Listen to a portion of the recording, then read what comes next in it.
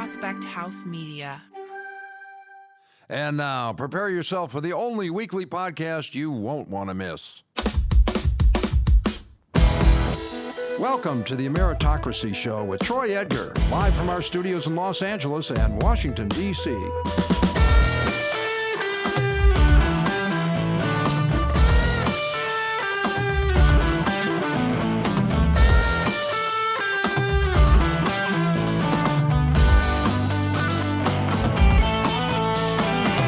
Hey everybody, I am Troy Edgar and welcome to the Ameritocracy Show. Thank you for tuning in and checking it out. It is greatly appreciated. This podcast examines the conditions for personal and professional growth and opportunity across America.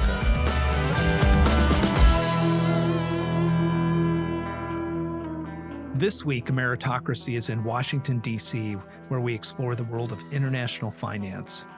Our guest is Reggie Mitchell, the U.S. Agency for International Development's Chief Financial Officer. Reggie oversees the agency's $25 billion budget, ensuring funds are used effectively to support the development programs in over 100 countries.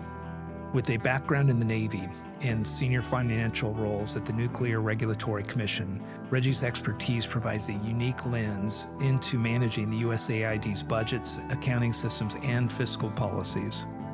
We'll discuss the challenges and rewards of stewarding taxpayer dollars for global impact, the role of technology in modernizing financial management, and the importance of his mission. I hope you enjoy. Good afternoon, Reggie. How you doing? Good afternoon, Troy. I'm doing very well. Thank you. Thank you so much for coming in. So Reggie, you and I, the last time we got together, we've worked together since 2021, and then 22, we did a podcast way back in the day. Yeah. And what I wanted to do is just have an opportunity to kind of catch up and actually learn a couple of things. A lot of the activity that you guys do at USAID, I think that listeners will find very fascinating. And so, I just wanted to kind of welcome you to the show, and I'm looking forward to this. Yeah, likewise, Troy, and thank you for inviting me. Yeah. It's a pleasure to be here. Yeah, very much. You're welcome. So I thought, Reggie, maybe what we would do is, the USAID CFO function, and we'll talk about what the objective and the mission is for USAID. But I thought what would be helpful at the beginning is just kind of give a little bit of a big picture of where you started in your career as you worked your way into being the CFO for USAID. Oh, okay, great. Well, I started my federal career with the Nuclear Regulatory Commission, which I joined shortly after I was discharged on a medical retirement from the Navy, where I spent about 9 years serving the country. Thank you for your service. Thank you. And I got to NRC through a mutual friend, and started working there. And it was an environment that I was very comfortable with. At the time, back in 1988, the agency was ran primarily by retired and former military personnel. And so it was an environment that I was accustomed to. And I was fortunate enough to have some very good mentors. I started out in the office of HR at the time. They didn't call it HR back then. They called it Office of Personnel. Yep.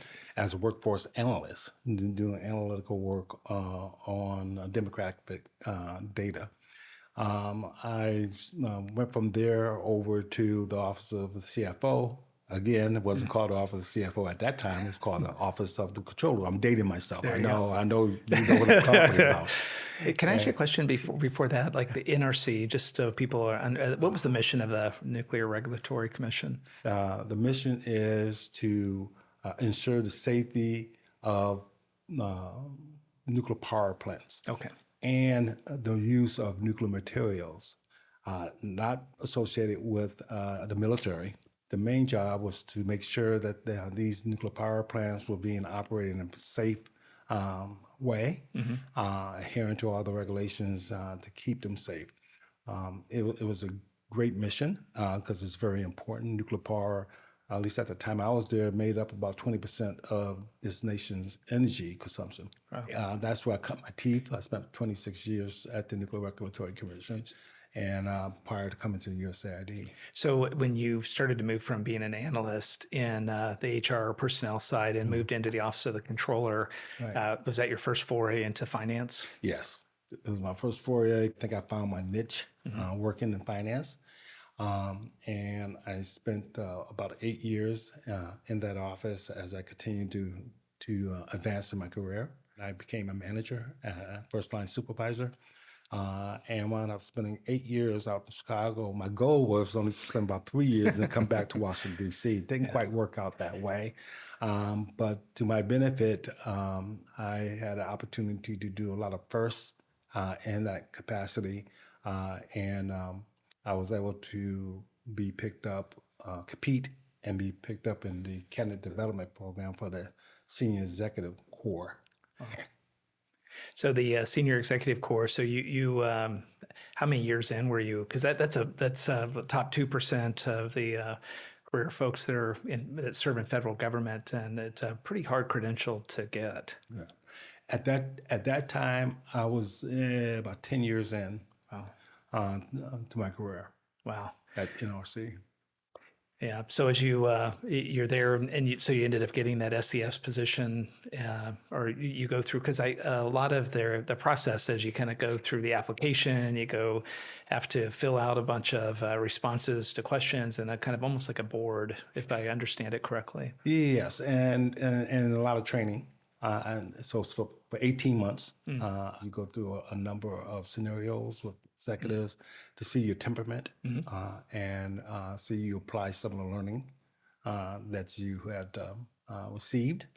And then once that occur, you're placed on a list, and you have pretty much 2 years to find a SES job. Okay. At the time, and I was fortunate enough to get picked up early on out of my class of 29. And my first job was the director of business process improvement and application development, throwing me back into the IT world. Wow. Yeah, one of the things that we like to explore on the show, it's called Ameritocracy, because the merit part of like the federal government, not that it just focuses on federal, but a big part of like the Pendleton Act in the 1890s was to professionalize the federal government and to put credentialing in place that would kind of work your way through. And so, like you said, to be able to get to the top of, at the SES level, really important, because I think as taxpayers, we want to make sure for consistency in government and professionalism. And you guys are kind of the pivot point between staff and the political sides of what goes on in an organization. So it's a really significant role and should be credentialed. Yep. Yeah. So once you're at the NRC and you're in that role, how long you were there for about 26 years, you said. Yeah. And so you probably had a lot of different jobs. At that point, did you stay in finance, or did you kind of work your way around, or at this point you're in IT? Right. I was in IT. One of my previous bosses came back as the CFO to Washington headquarters. And when he got back to Washington, he gave me a phone call and said, I want you to come work for me back in OCFO. And, I did heed the call and went back to the office of the chief financial officer. At that time, I was the budget director. And so I was in charge of all budget formulation and execution for the agency. And wound up doing that for 3 years. And then from doing that for 3 years, my boss said, "Hey, I need you to come over to the controller side, which is the proprietary accounting side of the office, to take over that organization." And so I wound up doing that, and wound up doing that for about 3+ years. And at that point, I was on the short list to become the next deputy CFO or CFO, depending on who retired first. Okay. Got it. Meanwhile, at that time, I got recruited to take a position that was totally out of my career path, and that was to become the assistant to operations to the executive director for operation for the Nuclear Regulatory Commission. The Nuclear Regulatory is made up of 5 commissioners or presidential appointees, but the executives that ran the organization were career SESers. I was the first non-engineer to take that position. Yeah. And it was a learning experience. And I was hoping that I would do that job for a set period of time. And when the deputy or the CFO retired, then I'll be in play to apply for the job. We got new political chairman that came in and had a different direction that she wanted to go, and that was fine. I understood that.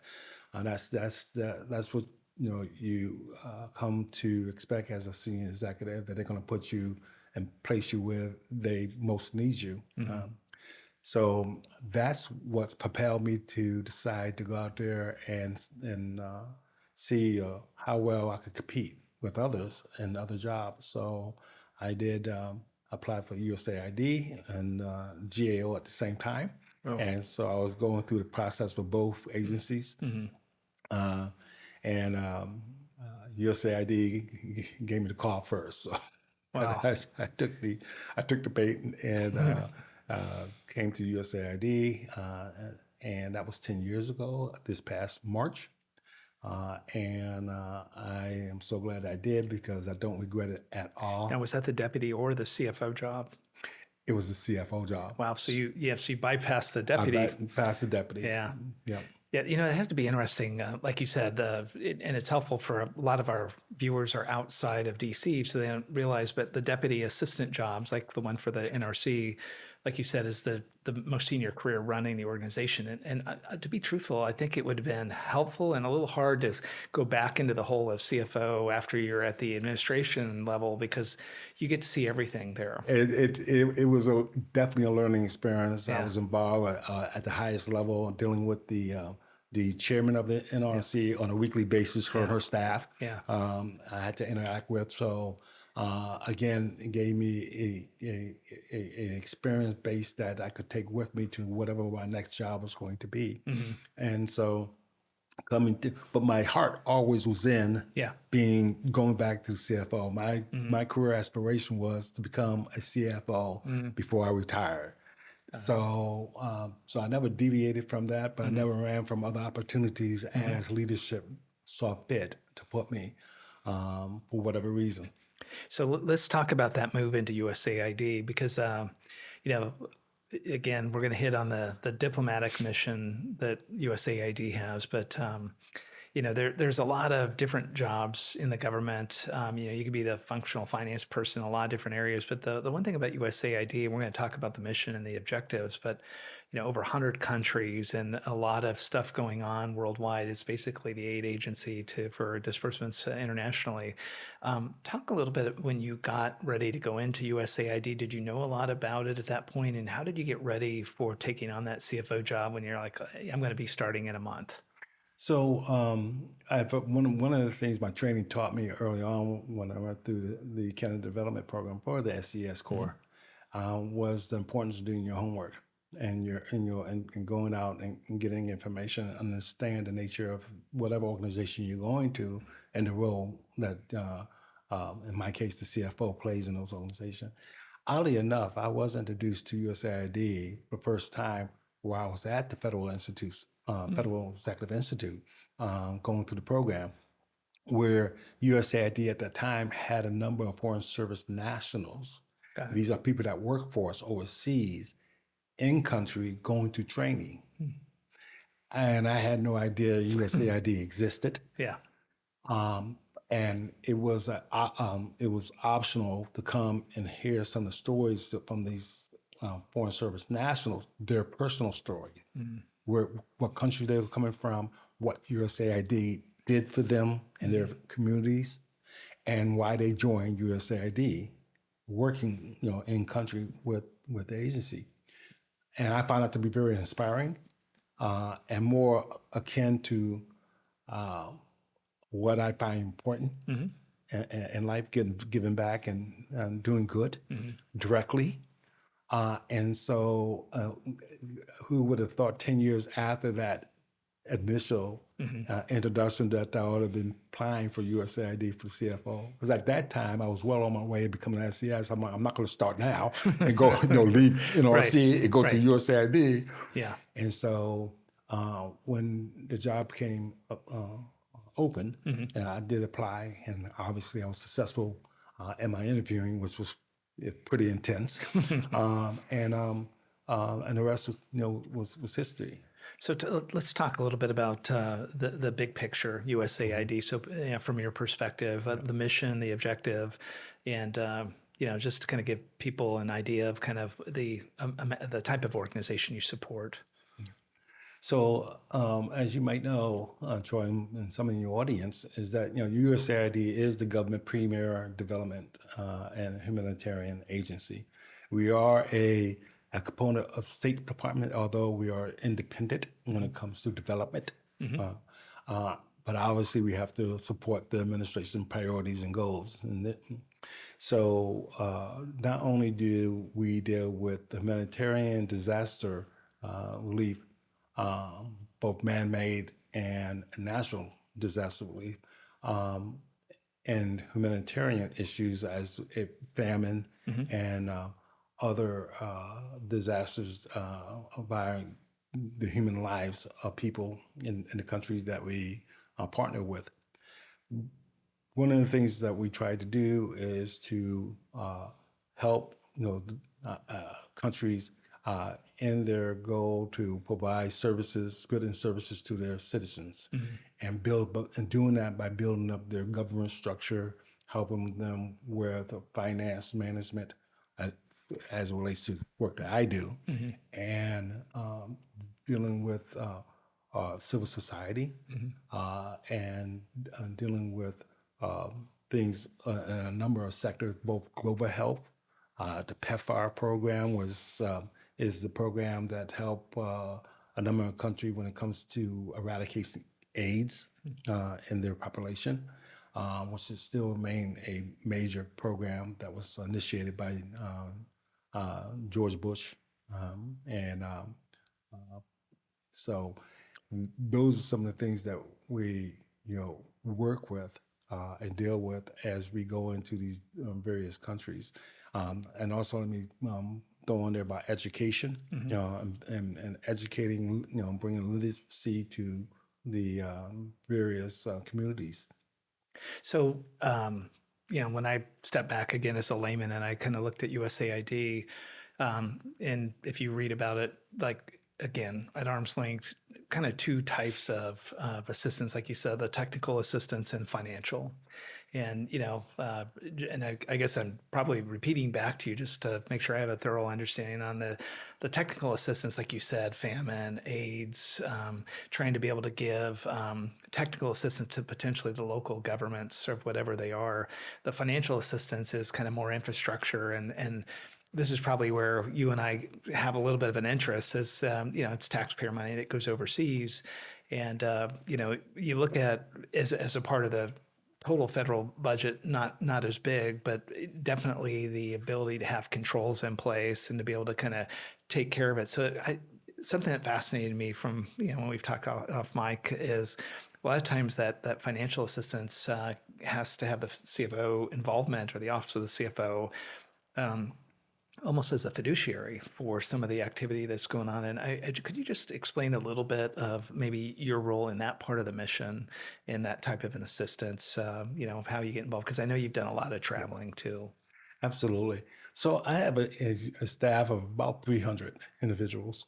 About 180 is located here in Washington. And then I have all the countries that we have a presence, over 100 countries. I have a Office of Financial Management structure in place that is staffed by Foreign Service nationals, in the host country, as well as the leadership being there, where we call controllers. And these controllers are financial professionals. Most of them are accountants, CPAs. And we have typically, and there are foreign service officers, and typically it's a staff of about 3 managers there: a controller, a deputy controller, and a financial management type. Within each country? Within each country, correct. Wow. And they have a dotted line back to my office for carrying out the fiduciary responsibility are as outlined in the CFO Act of 1990 that gives each agency, 24 Act CFO agency, the position of the CFO with authority to carry out the financial activities of the agency and to report the status of financial activities to the head of that agency. So, in helping me carry out my fiduciary responsibility are these controllers and deputy controllers out in each of these individual missions. And they do that by ensuring that the funds are accounted for, being used for the purposes that was given them by our appropriation, okay, and grants, and ensuring to build relationship with not only the finance of the Minister of Finance, as well as the SISE, the Supreme Audit Institutions, which is the equivalent of our GAO, Governmental Accountability Office. We call the head of our GAO Comptroller General. We would only country that call it Comptroller General. Most of the other countries call it Account General. Okay, it's a little different semantics, but building that relationship for the purposes of building their capacity. Okay, each of these countries, as you can well imagine, are at different stages of their maturity and how well they conduct financial management audits. Okay, because that's the purpose of these we call SISE, Supreme Audit Institutions, are to conduct audits of the government, finances, and in a lot of the countries, audits of the private sector to some extent. And so I have to rely on my controllers to go out there and to build a rapport with these individuals and to help them, and offer assistance where they see needed, and being a resource for them, not necessarily a financial resource, but a resource as far as what's available. For example, the GAO, Government Accountability Office, has a Center for Audit Excellence, which are manned by a number of retired GAO senior executives who have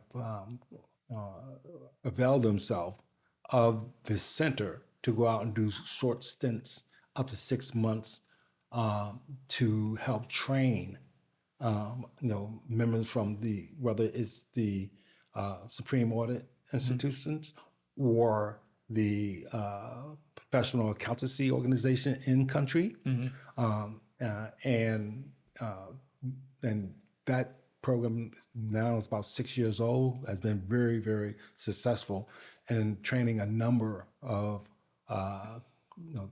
colleagues of ours in the various countries that we operate within. Yeah, I think that mission very noble, and I think it's got to be tough because when you're used to the standards at like you went back to the CFO Act, and there is a way and a structure and the authorities, it's law, and so of which everything is held to, and when you're distributing money overseas, and like you said, you got to meet them where they're at in their level of maturity, and and I think probably in some of those situations, it would warrant having the CFO for USAID just coming in at least to kind of keep the pressure of the check in place. So it definitely would be. So just as a side note, I'm just kind of curious. Interesting places you've traveled, because I know you've been. I remember talking to you about a year ago, and I'm like, Reggie, where the heck are you? You were on the road somewhere. Yeah. Well, you know what, Joy, let me give you a little tidbit. I always brag that I think I have the best CFO job in the federal government. I think you do, actually. Now, then I have to preface it. That is only if somebody likes to travel. Yeah. And of course, I like to travel. There you go. I found this job to be very rewarding, and it does give me an opportunity to just get out of what I call the vanilla accounting work, right?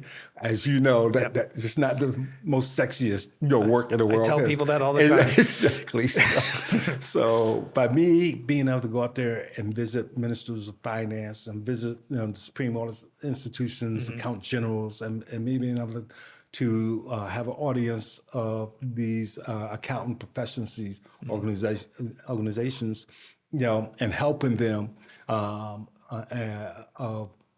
getting where they want to go. Okay, has been very, very satisfying. Some of the interesting places, and it's hard for me to pick one or the other. It really is, because every country I find have their own little niche that really is very exciting to learn. I've been all over Africa, Zimbabwe, South Africa, Kenya, Ghana, Democratic Republic of the Congo, Ethiopia, Egypt. The list goes on. Jordan, and then in Southeast Asia, Philippines, Indonesia, if you keep going, no one's going to be the CFO at any other agency. But exactly. So I've been very, very fortunate in that regard. To be able to go and visit these countries and conducting my duties, and most of the time, I go there to assure, especially initiatives that they're trying to execute, such as signing agreements and memorandums of understanding with the size, with the accountancy organization. And I'm bringing back information for my leadership. We were required, as you probably well know, Troy, when we go on these trips, it ain't all fun, because you have to do a trip report when you come back. And administrative power, reads every trip report, and they're most of the time, majority of the time, they're follow-ups. Not only with me, but also my colleagues in the program side of the house, because I bring back where I'm hearing, because I tend not to just go over there and meet with just my financial staff, but I meet with the whole mission, and I talk to the whole mission of the various different program officers that's there. And if they sharing things, and I tell them point blank, if you want something to get back to the leadership in Washington, this is your opportunity to share. And it will go into my report. And that's very satisfying, because with this administration, they are a group of doers. And Samantha Power has a great leadership team in place, and show great support for financial management. And I think she's the first administration since I've been at the agency 10 years that had the word accountancy come out of her mouth. So I remember the first speech she gave at George Washington, when she said that, boy, my whole staff was up and elated, right? Because most people don't know. We're not in the forefront. Reggie, when you go through the different types of funding, just to get into a little bit of the budgeting for that, if I was to break it down a little bit, mainly appropriated, or is there, basically grant funding that's brought over? How does that work, and how do you distribute and make the choices across? Do you go for the full appropriation and then you distribute by country? Does Congress take care of that for you in the detail level? Because sometimes they like to take care of us. Oh, let me say, I know because you're CFO, right? When you talk about hundreds of pages of, set asides, okay, and that if you want to deviate from that, it requires a congressional notification. Remember the CNs, okay, and it really puts a strain on executing what the funds are. We do have a mixture of appropriated funds, grants, okay, will obviously come from appropriated funds as well. And as well as partnerships with major corporations that's in the humanitarian sphere, and who we go into partnership with, them providing X amount of money and rematching it, things of that nature. The money a lot of our appropriation come through State Department, through us, but we do have funds that come directly to us. That makes a difference when it comes to executing. Right. But the budgeting and formulating of our is quite complex, because of the interest of Congress on what we're doing, where we're doing it, and then meeting some of those who are in Congress that believe in our work, and they want to see certain things done as well, so that they put their stamp of funding on there as well. Ask you a question. So at DHS, there was the Office of the CFO at the headquarters, and then, everything from CBP, ICE, Secret Service, et cetera. And each one of those shops had a CFO and a budget director. I'm always encouraged when I hear somebody say they've done their tour of duty through the budget office. I think that is one of the most powerful offices in a department because they can get the attention of the CFO. They actually have their relationships in the appropriations committee on all sides, the ranking and the majority, and they build relationships with the clerks. But the challenge I wonder about for USAID is at the end of the day, does the Department of State regulate the discussions with the appropriations, or do you guys get direct access? Who calls the ball? Because I know in DHS, the CFO, the headquarters did, but some of them, and I love Coast Guard, but I'm going to go on the record, I love them, but they were super good at not only working things that they needed, they worked Congress, they definitely have, so a lot of times you're like, we're one team, and then I find out the team's ahead. And so I was just curious, you would be like a team that could be ahead because your mission is one that probably a lot of people support. Yeah, we have a direct access to our oversight committees, and relationships, with the branch chief, and on the OMB, population side, Critical. But there are some things that we do. Team with state to go up there with one unified voice, okay? Because state is still over all foreign, assistance, activities, coordinating right. But with this administration, when they came in, one of the first things that the administration did was made USAID a actual member of the National Security Council, in the NSC. Prior to this administration, state spoke for us. Kind of go back to your, getting out there and not really having a seat at the table, but getting information secondhand from what we provide state, and then say, well, unless they ask for a briefing or something like that. So by us now having a seat on the Security Council, it gave us direct access to provide information at the National Security Council, knowing that the president is going to be tied in, because the president had made it known that he wanted diplomacy to include development and humanitarian assistance. Yeah. Okay, and not as a side issue, but up front as part of the diplomacy. So it's funny you talk about the NSC. So DHS gets a seat up there, and sometimes even on the Coast Guard side too, because Title 10, their authorities and being able to do military and activity. But as a CFO, they would go to the NSC meetings, secretary or deputy and whoever, and they'd come back and then they would have assignments, and I'm like, who's paying for those? Somebody, hey, we're going to go do this operation to do this, that, and the other, and it's there's a very small amount in the budget at the DHS level for, I'll call it outside the continental, U.S. type work.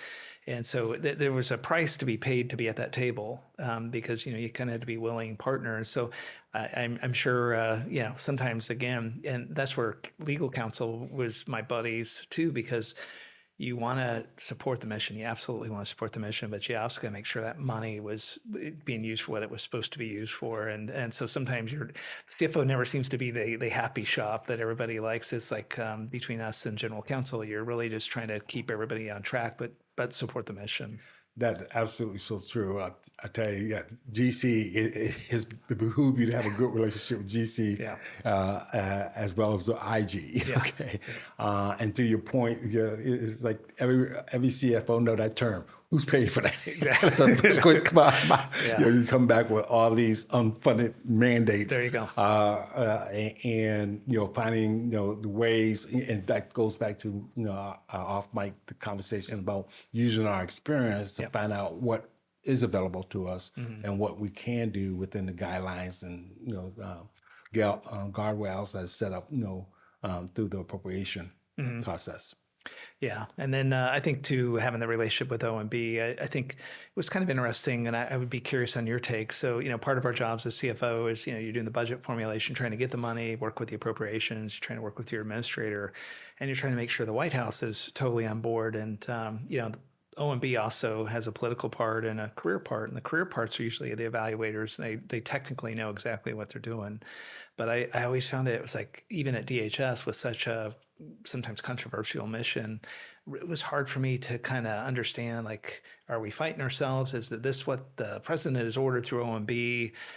So, and it was almost like liar's poker. Like, you're sitting there, I'm looking at them, and it's like, depending on how forceful you are, it depends on confidence. You can push your point, and then you only get like 6 silver bullets. So you don't want to shoot them all in the first year or two. So I don't know about you, but that relationship with OMB was really important. Well, it's interesting. Let me give you a little inside secret that a lot of people don't know. USAID have always operated by tricating the financial operations. So, programmatic budget is handled by one office. The OE budget is handled by another office. Got it. Okay. I have a very peripheral involvement with those processes. That was one of the things that surprised me when I got to USAID, and I wasn't arguing to get the budget because I've been there, done that. And you know what I'm talking about when it comes to budget. So I'm like, no, if this works for the agency, I'm fine with it. As long as I got eyes on it. And I do. Anything being reported out financially and stuff like that, I do have an opportunity to weigh in. And to your point, I only know of how important those relationships is because when I was the budget director, I lived down at OMB and the appropriators, and so it. But then again, it's probably one of the best jobs to have as far as really understanding the agency and and the mission of this agency and where the money is going, things of that nature. So. Yeah. Hey, Reggie, let me ask you just a couple of questions to kind of pivot. Modern day, a lot of investment in infrastructure, a lot of stuff that you and I have talked about.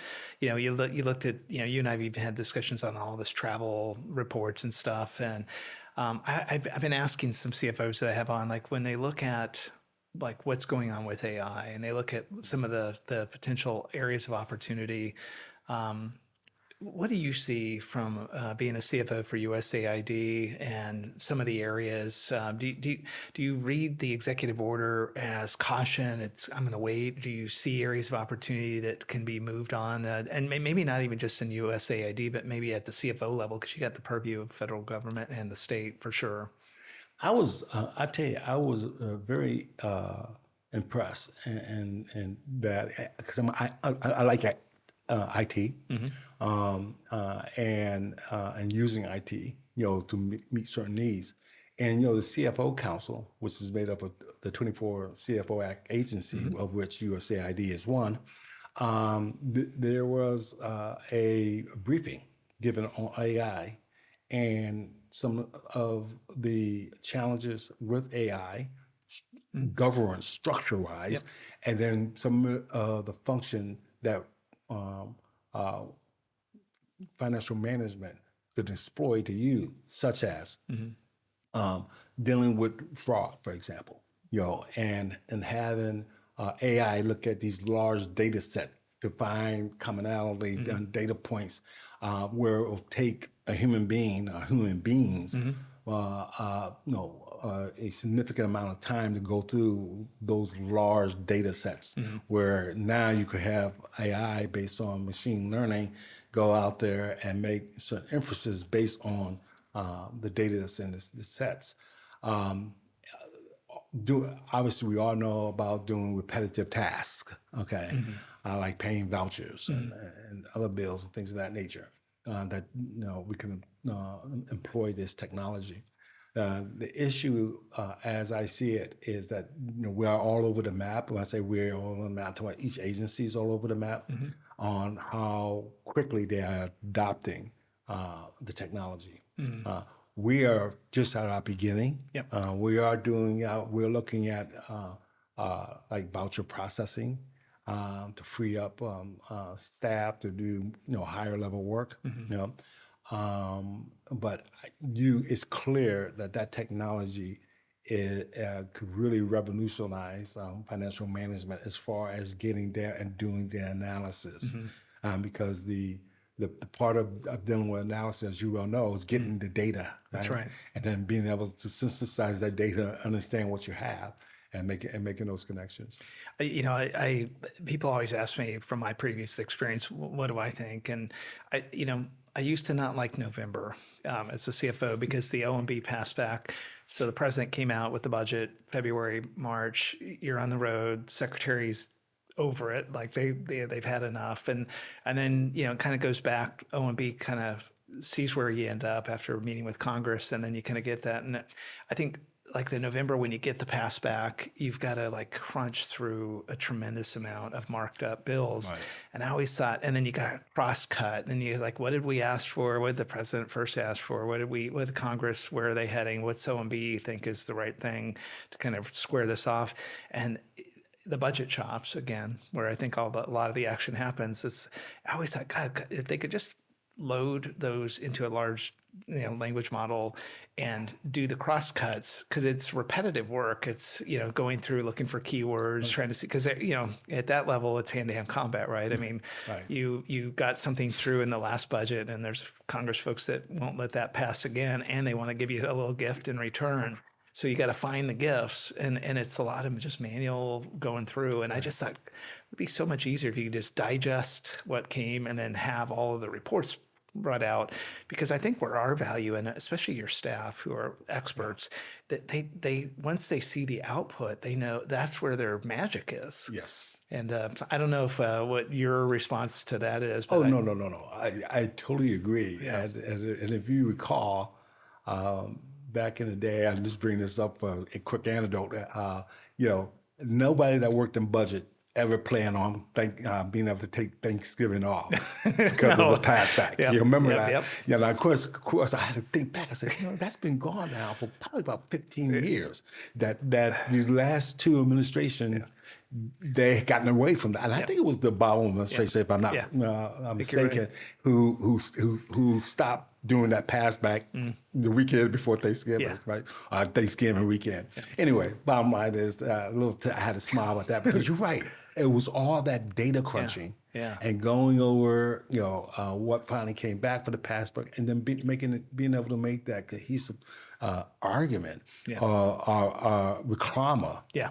On why that's going to be detrimental on whatever the area is they're cutting, and hoping that you have some success. And depending on the agency, sometimes you do, most of the time you don't. But anyway. Well, and you're on the clock. It's like, and I think that's like, because then the secretary or the principal or the administrator, they've got to decide what's worth using their 6 silver bullets with the boss. Exactly. And and I think the thing I liked about the CFO job is like, I hate to say we don't have emotions, but it's like, I'm here to execute and resource whatever the policies that we all agree that we're trying to do. And they're like my kids. I don't have favorites. You guys need to kind of go through, this is what they're saying. And it's a Socratic method too, is you present the data even to a secretary or a deputy sec, depending on who is looking at it. And they usually come to the same conclusions. And it's just that waiting period to get them there, and the angst and the churn. It's but Reggie, in closing, one of the things that I wanted to ask you, and this is probably in your role as the CFO at an agency that kind of provides aid. There's been a lot of stuff in the news of different aid missions across, and in a different context, you see what's going on in Ukraine. In a different context, you see what's going on in Israel. And then you've talked a lot about what goes on in Africa. And I was just kind of curious, like when you, as the executive, as the CFO, between you and your career staff, and you're in a role, doesn't matter what administration, and you kind of have to carry out that mission, and whatever is going to have to happen, you definitely have the execution arm of that.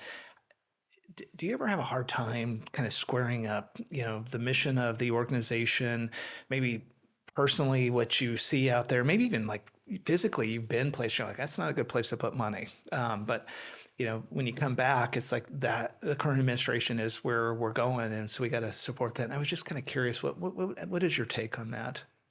Well, yeah, it's interesting because I didn't have when I was with the Nuclear Regulatory Commission, our mission didn't change between administrations.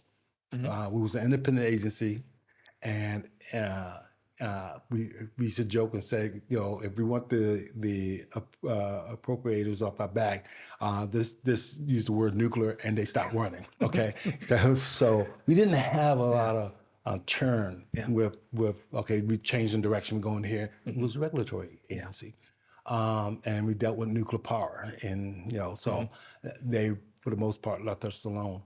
Coming to USAID, I mean, we have so many different politicals, and every administration had their own initiative and priorities and what they want to accomplish. Our jobs as senior executives, SES executives, is to be apolitical, to be there as a resource or for the political leadership of the agency, understanding what they are trying to achieve and get done, and the time frame and when they want that to happen. And as I will always tell them, my job is to use all my years of experience to be able to execute on what you want to achieve, and to make sure you do that within the laws, regulations, and code. So we don't wind up on the front page of the Washington Post because we did something untoward, right? So my thing is, as a CFO, if it deals with finances, I always say they're going to come ask me, and I better have an answer, because I really don't want to be that sacrificial head, showing that they're going to do something. So it behooves me to make sure that I speak up when I need to speak up, and let you know my perspective. And if I do that, then I did my job. Now, if you chose not to heed my advice, that's fine. And you have to do what you feel you have to do, but you're not going to be able to say I did not tell you, or I was negligent in carrying out my fiduciary responsibility. I've had situations like that when I had to push back appropriately, and I have a situation where pretty much they heeded my advice.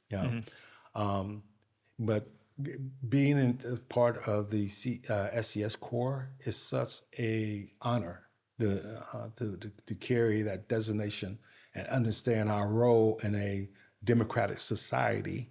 Okay, and to understand that we are that cornerstone that's represented on the SES flag, that is the flag based on a law, and that's the only SES could sell that flag, right? And it's a flag with 13 stars and the cornerstone in the middle, and we're supposed to represent the executive between the political leadership and the staff. And why is that necessary? Because you want to make sure that you have high-level executive with credentials where they have the authority to push back on when leadership is doing something that is not consistent with the law. Right. Yeah, I think it's really important. I've talked about it a lot on this show is, a lot of people that aren't close to what goes on in Washington, D.C., you hear kind of both sides of, hey, the career people don't want to go down the path, or they're not helping, and my experience has been the opposite. I was just meeting not too long ago with another CFO buddy that was serving with me at the same time, and we both had the same response: is that the SES, they would always lay out, this is kind of how it was explained to me too, is like, especially in DHS, staff would come, if it was, let's say, a CBP or an ICE issue, and they would say, okay, here's the three options. We need to make sure that we provide you potential alternatives. We'll give you the pros and cons, and they trust that the person sitting across the table will take that information and probably most times will choose the right decision based on the facts, not totally being unrealistic. And I think too, what I find helpful in that as a political person that was in is you also have to manage upwards. Yes. And I think, something I've been pushing for, in the political arena here in DC is that the people that are appointed to these political positions, needs to have and hear these types of stories to the level of professionalism in the caliber of folks that we bring in. And if somebody doesn't have truly operational experience, maybe that's not the right thing to put them in charge of 15,000 people and then have them get frustrated because their inability to get that organization to go the right way. And so, I hope by people that ever consider serving in, the political arena in federal government, or people that are career SES or career people that want to be SES, I think that it's a mutual responsibility. And I really appreciate you sharing that, because I think that's an important story that you told. Yeah, I couldn't agree with you more, Troy. And it's great to have people like yourself who have been in and out of government, because you have a level of understanding that the general public don't have. It gets difficult sometimes when they don't understand the basic principle of a professional federal workforce. That's right. And that's not based on nepotism, but based on merit. Yeah.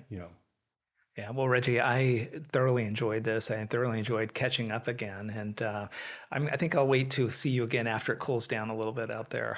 That was pretty hot, but thanks for coming down to the studio today, and I just really appreciate you being on the show. Thank you for having me, Troy. It was a pleasure. Yeah, thank you. Okay.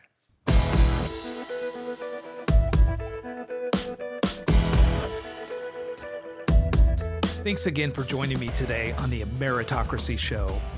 Be sure to follow me on social media and our website at troyedgar.com, where you can get more information and sign up for my weekly email.